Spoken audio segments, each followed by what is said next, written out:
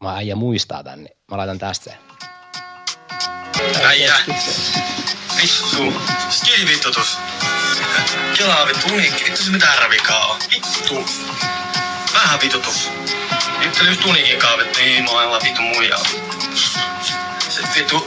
Puhui eikä mun kanssa, niin äijä mitään vittu vikaa ollut. Mutta heti kun muija tuli kehiin siihen taustalle kuulle, vittu arvas vittu hengeä puskeen.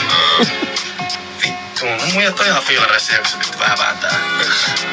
Sitten muijat rupee ostelemaan sille vittu kaikennäköistä shittiä vittu heti seuraavan päivänä ostaa vittu stokkalta ja ostaa muijat ostaa mitä etkä haluu.